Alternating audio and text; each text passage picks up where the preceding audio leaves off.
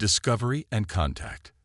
The vast emptiness of space stretched before the UES horizon, a deep space exploration vessel that represented humanity's furthest venture into the unknown. Captain Maya Chen stood on the bridge, her dark eyes fixed on the holographic display, showing sensor readings that defied explanation. After 20 years in space exploration, she thought she had seen everything the universe had to offer. She was wrong. "Captain, I've never seen energy signatures like these," said Dr. Elias Reis, the ship's chief scientist. His usually calm demeanor had given way to barely contained excitement. "It's not natural. The patterns are too precise, too deliberate." The object they had detected was approximately 3 light days from their position, a structure of impossible scale floating in the void between star systems. Initial scans suggested it was artificial and ancient, predating human civilization by millions of years. "Take us closer, Lieutenant Okafor," Maya ordered, "but maintain safe distance protocols. We don't know what we're dealing with yet." As the horizon approached, the structure came into clearer view through their observation systems. It resembled a massive geometric construct, an interlocking series of rings and spheres that seemed to defy conventional engineering.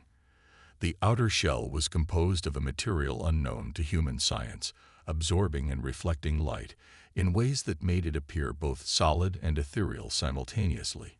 "It's beautiful," whispered Dr. Sanjay Patel, the xenorchaeologist who had joined the expedition specifically to study potential alien artifacts. "Look at the precision of those interlocking segments. Whoever built this was thousands, maybe millions, of years ahead of our technology." Maya felt a chill run down her spine. Humanity had encountered evidence of extinct alien civilizations before, ruins on distant worlds, abandoned outposts, but nothing of this scale or preservation. Something about this discovery felt fundamentally different. "Captain, we're receiving the signal," reported Communications Officer Aisha Okafor. Her fingers moved rapidly across her console. It's modulating to match our communications frequency. I think it's trying to talk to us."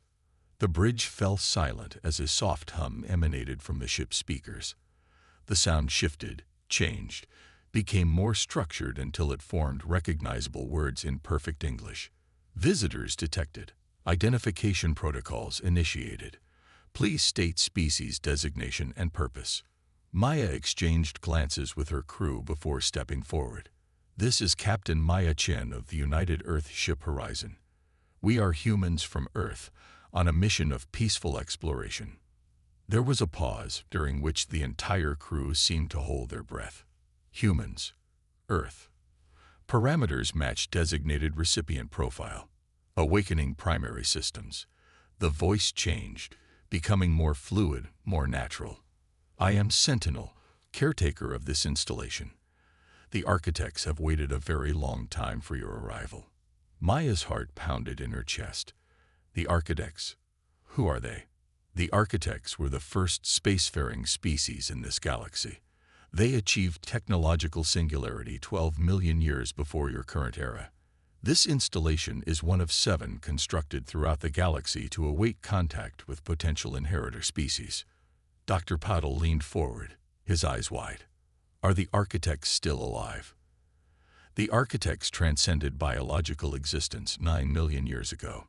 Their consciousness exists beyond conventional spacetime. This installation serves as an interface between your reality and theirs. Maya tried to process the implications. An ancient species that had evolved beyond physical form, leaving behind technology specifically designed to wait for other intelligent life. "Why have you been waiting for us?" she asked. All sapient species face a critical juncture in their development, the point at which their technological capacity exceeds their ethical frameworks. The architects created this installation to offer guidance to species that reach this threshold. Humanity has been identified as reaching this juncture. The implications were staggering. An ancient superintelligence had been watching humanity's development, waiting for the right moment to make contact. "What kind of guidance?" Maya asked, caution evident in her voice. "The architects offer the trial of ascension. Those who complete the trial are granted access to knowledge that will prevent the self-destruction patterns observed in 94.3% of emergent technological civilizations. Security Chief Kazuo Tanaka shifted uncomfortably. And what happens if we refuse this trial? Refusal is acknowledged as a valid choice. The installation will return to dormancy until the next potential inheritor species evolves. Maya considered their options. This could be humanity's greatest discovery, knowledge from a civilization millions of years more advanced than their own. But accepting unknown trials from an alien intelligence carried obvious risks. "I need to discuss this with my crew," Maya said. "Your deliberation is expected. I will await your decision." The communication ended, leaving the bridge in stunned silence. Hours later, after intense debate among the senior crew, Maya made her decision. The potential knowledge, especially knowledge that might prevent humanity's self-destruction, was too valuable to ignore.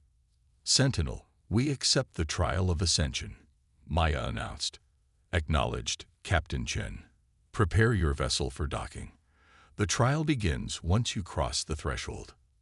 As the horizon approached the designated docking point, the massive structure began to transform. Segments shifted, creating an opening that perfectly matched the dimensions of their ship. The precision of the movement was uncanny, as if the structure itself was alive. "It's reconfiguring itself for us," Dr. Reyes observed. "The level of technology required for matter manipulation at this scale it should be impossible." Lieutenant Okafor guided their ship into the opening with expert precision. As they crossed into the interior of the structure, artificial gravity gently took hold of the vessel, and external lights illuminated their surroundings. They found themselves in a vast chamber that seemed larger inside than the external dimensions of the structure should have allowed. "Spatial manipulation technology," Dr. Patel breathed. "They've created pocket dimensions within the structure." Before them, a bridge of light materialized, connecting their airlock to a platform that hovered in the center of the chamber. Standing on the platform was a humanoid figure that glowed with soft blue light. The physical manifestation of Sentinel, Maya realized. She selected a small team: herself, Dr. Patel, Dr. Reyes, and Chief Tanaka, to make first contact. As they crossed the light bridge, Maya couldn't shake the feeling that they were walking into something that would forever change humanity's place in the universe. The glowing figure of Sentinel greeted them on the platform. Up close, its features were distinctly non-human, more geometric than organic, yet somehow conveying an impression of ancient wisdom. "Welcome, representatives of humanity," it said.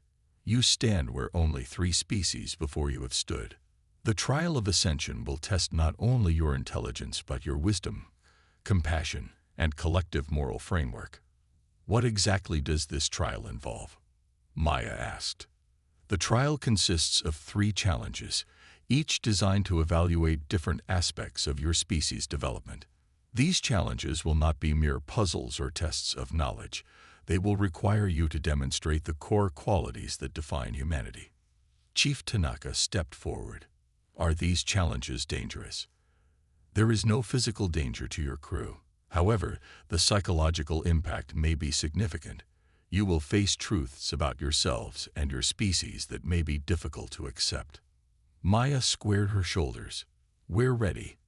Sentinel's form shimmered. "Then let the trial of ascension begin." The trial and humanity's choice. The first challenge materialized around them as the chamber transformed into a perfect simulation of Earth's ecosystem, from Arctic tundra to tropical rainforest, desert to ocean depths, all seamlessly connected within the impossible space of the architect's artifact. "This is the challenge of stewardship," Sentinel explained.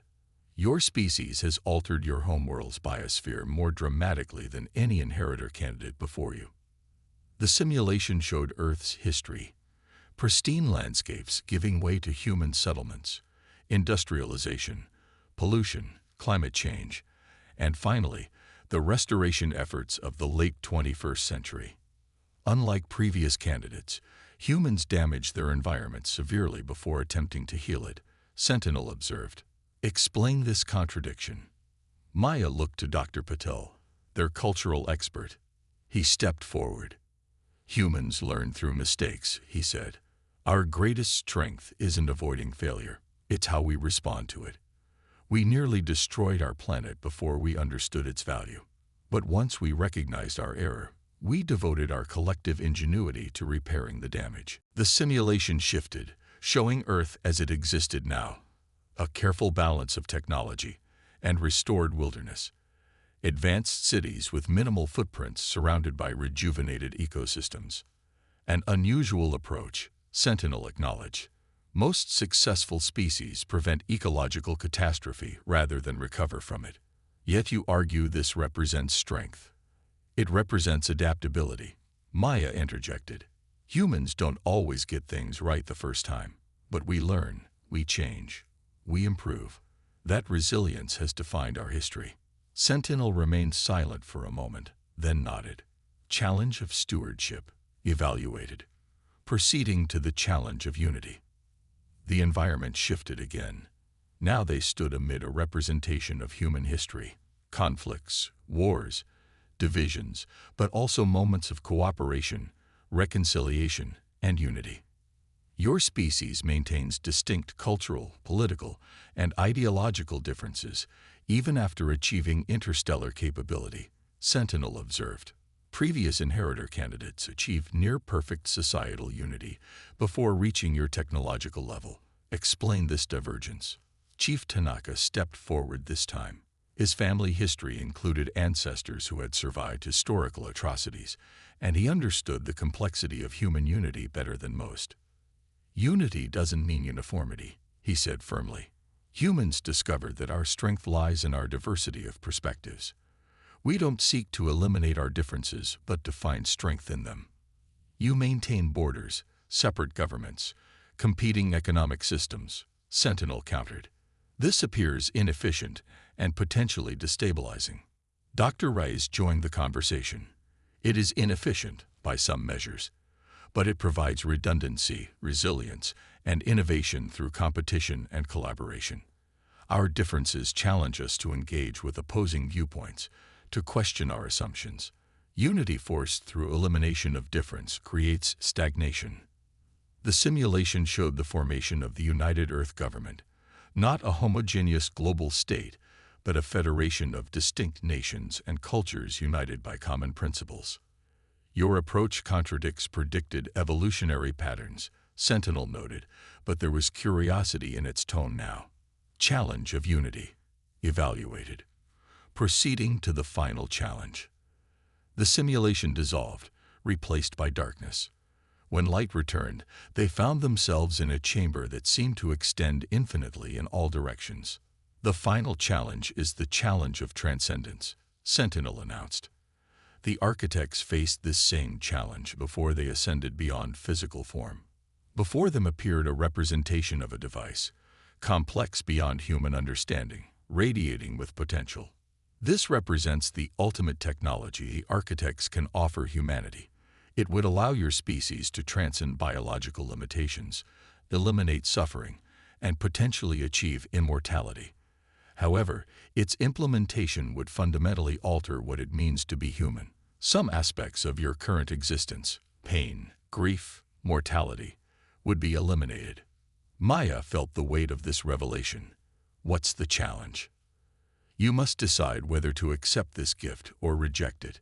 This decision must be unanimous among your representatives. The four humans looked at each other, the implications slowly sinking in. We would become like the architects. Dr. Patil asked.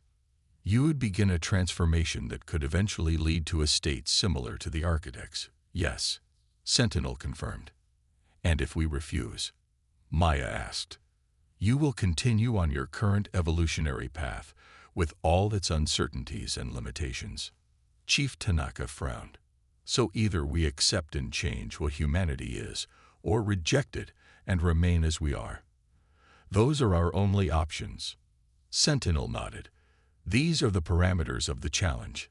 You have 1 hour to decide.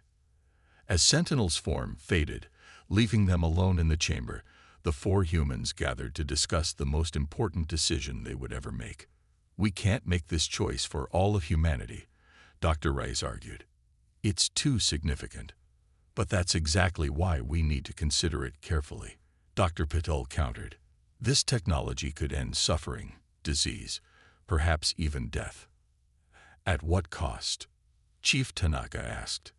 "Would we still be human without the struggles that define us?" Maya listened to her crew debate, watching as they articulated the complex philosophical and ethical dimensions of the choice. And then, gradually, an idea began to form in her mind. When Sentinel returned, Maya stepped forward. "We've reached our decision," she announced. "We reject the offer as presented." Sentinel's form flickered slightly. "This is unexpected. Please explain your reasoning." "The choice you've given us creates a false dichotomy," Maya said. "Either accept transformation now, or reject it entirely. But humanity doesn't work that way. We propose a third option." "A third option was not part of the challenge parameters," Sentinel stated. "Exactly," Maya smiled. "And that's precisely our answer.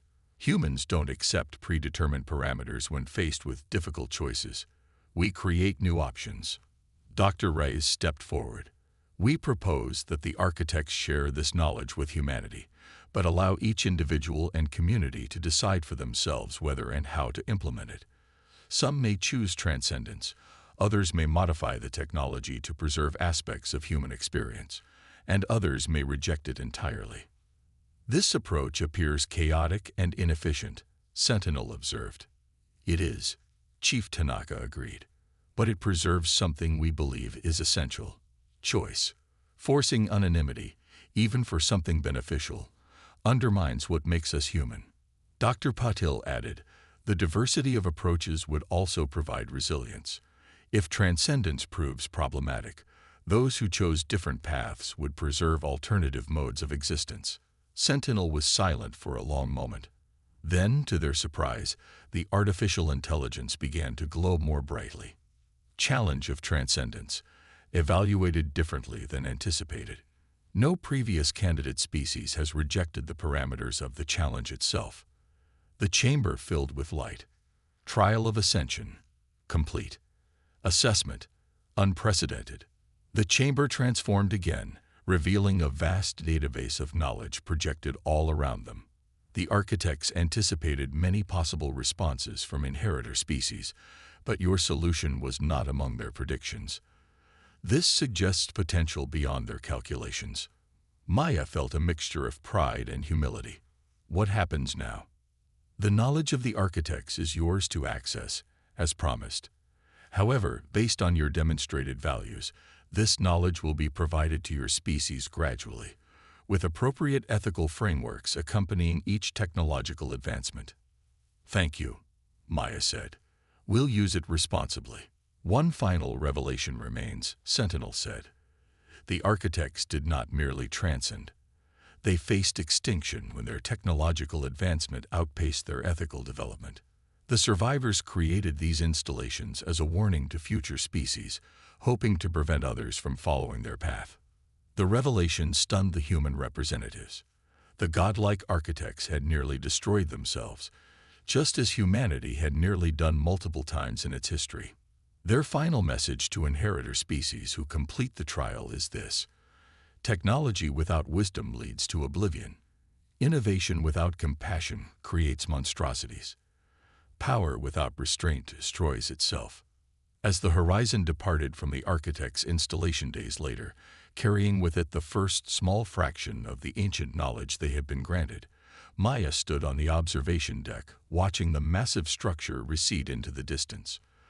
The knowledge they were bringing back to Earth would transform human civilization, but not in the way anyone might have expected.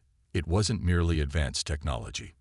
It was wisdom about how to implement that technology ethically, how to avoid the pitfalls that had claimed countless other civilizations across the galaxy. Humanity would remain human, with all its flaws and strengths intact. They would continue to make mistakes, to learn from them, to adapt and grow. But now they would do so with the guidance of those who had come before. and the knowledge that the unique human approach to problems had value that even the architects had not foreseen.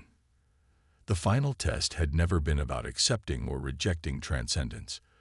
It had been about proving that humanity deserved to chart its own course among the stars, not because they were perfect, but because they refused to accept that any problem lacked a creative solution. As the installation disappeared from view, Maya smiled. The future remained uncertain, filled with challenges and possibilities they couldn't imagine, but facing uncertainty with courage and creativity. That was the most human thing of all.